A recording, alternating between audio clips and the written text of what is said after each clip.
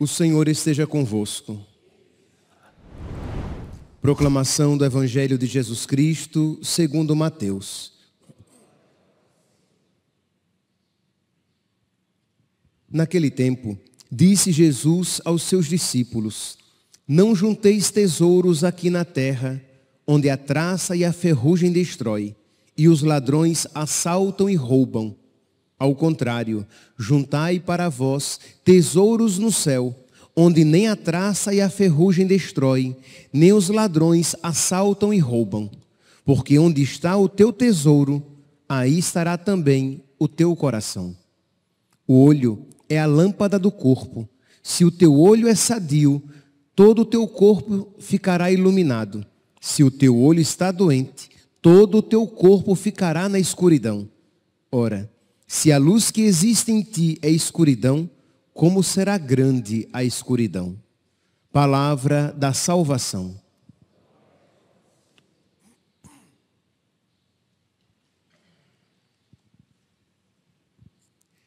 Caríssimos irmãos e irmãs, na próxima sexta-feira, nós estaremos celebrando, com a graça de Deus, a solenidade do Sagrado Coração de Jesus. Mas toda sexta-feira é a ocasião de nós meditarmos a respeito do coração de nosso Senhor. No Evangelho de hoje, nós vemos que Jesus, Ele quer nos ensinar o que o nosso coração precisa desejar.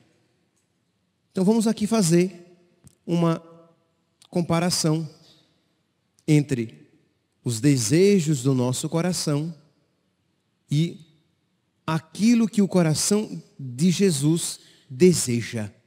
Pois bem, nós ouvimos Jesus dizendo aqui: Não junteis tesouros aqui na terra, onde a traça e a ferrugem destroem, e os ladrões assaltam e roubam. Ora, se nós não devemos desejar as riquezas aqui da terra, e por riquezas da terra entendamos tudo aquilo que o mundo pode oferecer. E eu não me refiro aqui primeiramente às coisas más, mas às coisas meramente criadas. Jesus diz, porque as coisas criadas, as coisas deste mundo, elas podem ser roubadas. As coisas desse mundo, a traça corrói e a ferrugem destrói, isto é, as coisas deste mundo, mesmo boas, elas passam, elas envelhecem, elas fenecem, elas apodrecem, elas acabam, elas morrem. Então Jesus está nos ensinando a amar, a juntar um tesouro que não fenece, que não apodrece, que não acaba, que não morre. Jesus quer nos ensinar a amar aquilo que verdadeiramente importa, porque isto o seu coração humano amou aqui na terra. Ele procurou a vontade do Pai. Ele procurou estar unido àquilo que era do agrado do Pai. Então, enquanto o coração de Jesus busca as coisas do alto, busca o Pai, o nosso coração é um amontoado de incoerências. É um amontoado de desejos incoerentes. Desejamos coisas santas e boas. Desejamos coisas frívolas e indiferentes. E desejamos coisas más. Isto é um coração que, repito, é um amontoado de desejos incoerentes, que não se encaixam, que não se coadunam. Por quê? Porque não existe uma concordância entre eles. Precisamos ter um coração reto, um coração que tem um foco, um coração que é guiado pela sabedoria, que busca o que verdadeiramente importa e tudo mais que concorre para aquilo que verdadeiramente importa. Pois bem, mas voltemos aqui. Então precisamos desejar o verdadeiro bem. Quando o nosso coração deseja o verdadeiro bem, o que verdadeiramente importa, ora, se é o verdadeiro bem, é Deus, ou está relacionado com Deus. Quando desejamos então o verdadeiro bem, o nosso coração sempre pode estar em paz. Não é, meus santos, uma quimera, não é uma ilusão, não é uma falsa promessa que o nosso coração sempre pode estar em paz, desde que nós estejamos buscando o que verdadeiramente importa. Quando eu digo que o nosso coração pode estar sempre em paz, eu não estou dizendo que nós não iremos passar por tribulações. No mundo tereis tribulações. Eu não estou dizendo que nós não iremos experimentar cruzes. Mas quando nós buscamos o que verdadeiramente importa, essas cruzes, essas dificuldades não tirarão a nossa paz, porque serão até um caminho para o verdadeiro bem. Veja aqui, por exemplo, a primeira leitura de hoje. Só de ler dá um aperreio. Quando a gente vê tudo isso pelo qual São Paulo passou, você diz, crê em Deus Pai. E nós vemos um coração em paz. Citando tudo isso, por quê? Porque nada disso o afastou do seu verdadeiro bem. Quem nos separará do amor de Cristo? É o seu verdadeiro bem. Nós poderíamos dizer isso de uma outra maneira. Quem me afastará do caminho do céu? Quem vai me afastar da minha salvação? Ora, se você está na amizade com Deus, ninguém quer doença. Pelo amor de Deus, todos nós rezamos pedindo a Deus o dom da saúde. Mas se você busca a salvação e a doença visitar a sua vida, você vai apresentar aquela doença a Jesus. E aquela doença vai concorrer para a sua salvação.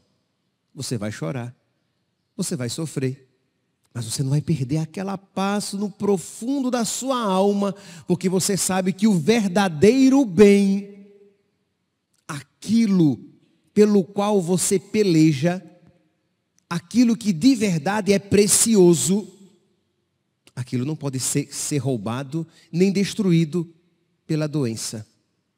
É por isso que, voltemos aqui ao evangelho de hoje. Jesus diz, não junteis tesouros aqui na terra, que a traça e a ferrugem destroem. Então precisamos buscar uma riqueza que a traça nem a ferrugem destruam. Se o seu bem é Deus, é a salvação, é a glória de Deus, não há traça nem ferrugem que consigam destruir. Mas se o seu bem é a riqueza pode ser perdida. E sem falar que chega um momento que até o engano que ela promove desaparece. Você começa a perceber que ela não consegue dar a felicidade que você deseja. Se a sua felicidade é um afeto, é uma pessoa, você mais cedo ou mais tarde, por melhor que seja aquela pessoa, você verá que ela não preenche o seu coração. Que o seu coração é bem maior do que o afeto que ela consegue oferecer.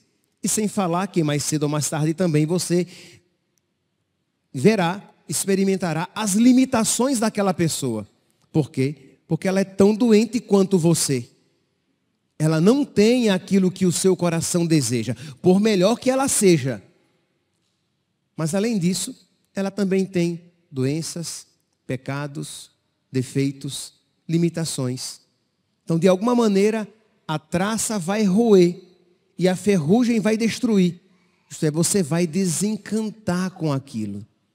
Mas Se você, repito, se você busca aquela riqueza que não passa, que não perde o brilho, aquela riqueza inacessível, aquela riqueza perene, todas as dificuldades da sua vida, todas as decepções, todas as cruzes concorrerão para você se encantar ainda mais com aquela riqueza que não passa e buscar com mais afinco e denodo aquela riqueza que não passa. Isto é, quando você busca o céu e vem uma dificuldade aqui na terra, você sofre, mas você busca ainda mais o céu porque você vê que na terra não tem descanso. Que na terra você não encontra a satisfação plena, completa, perfeita, de modo que tudo concorre para a sua salvação. Então aqui, versículo 23, São Paulo vai dizer todas as dificuldades pelas quais ele passou e ele vai falar o quê? Que nada disso o separará do amor de Cristo. De fato, são servos de Cristo, ele está aqui se referindo aos judeus. Eles são servos aos judeus que o perseguem. Eles são servos de Cristo. Eles são servos de Deus, eu também. Aí ele vai dizer, como o menos sensato, aqui ele vai se deixar levar, digamos, que ele vai apresentar as próprias, digamos, os seus próprios méritos. Então ele diz, como menos sensato, eu digo, aqui ele está se contrapondo àqueles que pregam Cristo contra ele. Que existiam aqueles que brigavam entre si. Isto é, São Paulo não era perseguido apenas pelos judeus. São Paulo era perseguido também por outros que pregavam Cristo, mas que estavam insatisfeitos com os discípulos que Paulo conseguia. Então tinham inveja dele. Então ele vai dizer, a inveja deles também não me separa do amor de Cristo. Então ele continua, como menos sensato digo, eu ainda mais, de fato, muito mais do que eles, pelos trabalhos, pelas prisões, pelos açoites sem conta, muitas vezes vi-me em perigo de morte, 5 vezes recebi dos judeus 40 açoites menos um. Por 5 vezes, ele foi flagelado 39 vezes. 5 vezes 39. Imagine aqui, todo esse sofrimento pelo qual ele passou. E não para por aí. 3 vezes fui batido com varas. 1 vez fui apedrejado. 3 vezes naufraguei. Passei 1 noite e 1 dia no alto mar. Fiz inúmeras viagens com inúmeros perigos. Perigos nos rios, perigos de ladrões, perigos da parte dos meus compatriotas, perigo da parte dos pagãos, perigo nas cidades, perigos nos lugares desertos, perigos no mar, perigos por parte dos falsos irmãos. Então ele sofria com a perseguição dos judeus, ele sofria com a perseguição dos pagãos e ele sofria com a perseguição dos falsos irmãos. Quer dizer, inveja e perseguição para enlouquecer qualquer um. Mas em que consistia o seu bem? Em ter uma vida tranquila neste mundo a todo custo? Se nisto consistisse, ele seria um frustrado. Mas se o seu bem era a glória de Cristo, era amar Cristo, era estar unido a Cristo, tudo isso o unia ainda mais. Pois bem, meus santos, eu falei, e aí você pode ver um ideal tão alto e dizer, padre, mas o meu coração, ele não é assim. O meu coração, quando perde alguma coisa, ele se inquieta. O meu coração, quando teme alguma coisa, ele se apavora. O meu coração, quando se frustra com alguma realidade, ele deprime. Como ter um coração tão sábio assim, tão parecido com o de nosso Senhor? Como ter um coração que deseje o que verdadeiramente importa, de modo que eu não perca a paz quando as outras coisas eu as perder? Pedindo a Deus esta graça, meditando a palavra de Deus, recebendo frequente e devotamente os sacramentos. Então, quando você medita a palavra de Deus, por exemplo, a palavra de hoje, em que Jesus diz assim: não junteis tesouros aqui na terra. Então você, na sua oração, você vê que você vive procurando juntar riquezas aqui na terra. E lembre-se, não estou falando aqui apenas de dinheiro. Riqueza é tudo aquilo que de bom que este mundo criado possa oferecer. Ora, se você só busca isso, seu coração é nécio, é burro, não é sábio, não é inteligente, não busca o que verdadeiramente importa. Então você se humilha diante de Deus e diz: Jesus, o meu coração não é sábio. Eu vivo procurando coisas tolas neste mundo.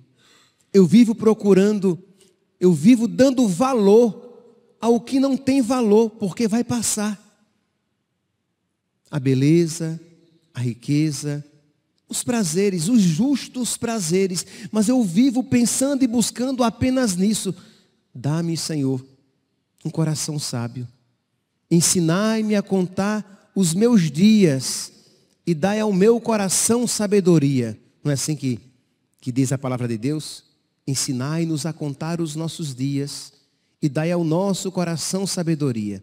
Ensinar a contar os próprios dias é saber, os nossos dias aqui na terra estão contados, a gente vai morrer. Então, quando você pede a Deus: Senhor, ensina-me a contar os meus dias, isto é, ensina-me, Senhor, desde dentro, para que eu aprenda que esta vida passará.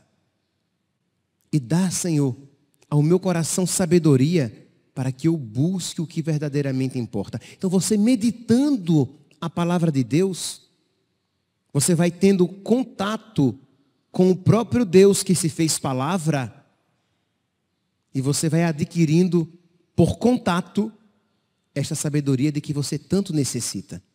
Mas é um exercício cotidiano. Então, da leitura e da meditação da palavra de Deus, da leitura e da meditação da vida dos santos que foram repletos desta sabedoria. Então, quando você começa a ler a vida de um santo e você vê a vida dele, se diz: nossa, mas por que ele se dedicou de tal maneira assim a Deus?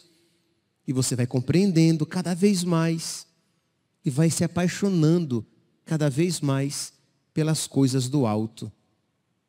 Quando você, na sua oração, você vai suplicando o Espírito Santo: a nossa mente iluminai, os corações enchei de amor, nossa fraqueza encorajai, qual fosse eterno e protetor.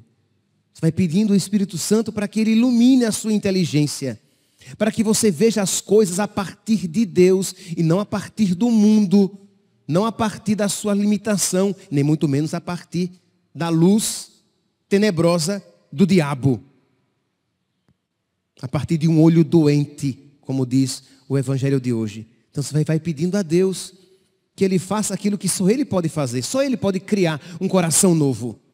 Só ele pode dar a você uma inteligência nova, que você compreenda e deseje as coisas verdadeiramente boas, e não aquilo que o mundo deseja.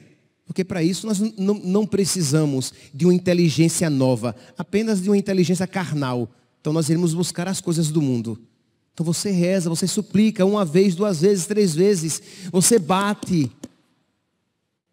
Bati e abri-se-vos-á, procurai e achareis, pedi e vos será dado.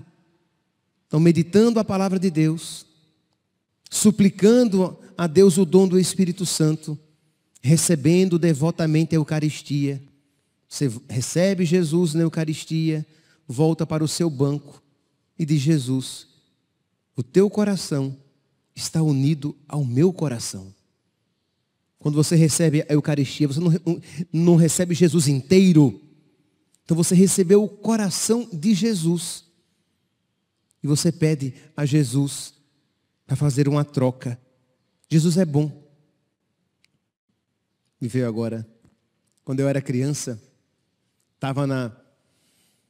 surgiu a moda daquelas borrachinhas cheirosas.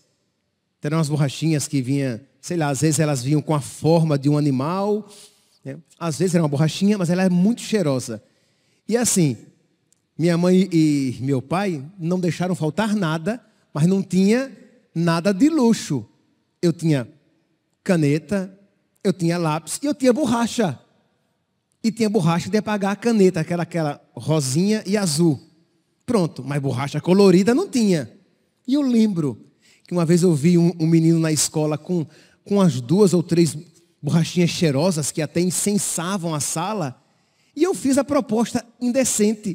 Peguei minha borrachinha branca sem cheiro e perguntei, quer trocar? E é claro que ele disse, não, eu quero a minha borrachinha cheirosa. Porque ele queria para ele aquilo que ele era melhor. Jesus não é assim. Ele troca o melhor pelo pior. Se você chegar com seu coração fedido e pedir para trocar pelo coração cheiroso, pelo coração santo, pelo coração que ama, Ele quer trocar. O problema é que nós somos tão nécios, burros, que não queremos trocar o pior pelo melhor. Ficamos apegados àquilo que não é. E aí não damos a oportunidade de Jesus nos dar aquilo que verdadeiramente é. Peçamos então, recebendo Jesus na Eucaristia, peçamos a Ele que Ele é bom, que Ele troque o seu coração de carne, vivo, que ama o Pai, e tire do nosso peito este coração de pedra, nécio, que não ama as coisas certas. Louvado seja nosso Senhor Jesus Cristo, para sempre seja louvado.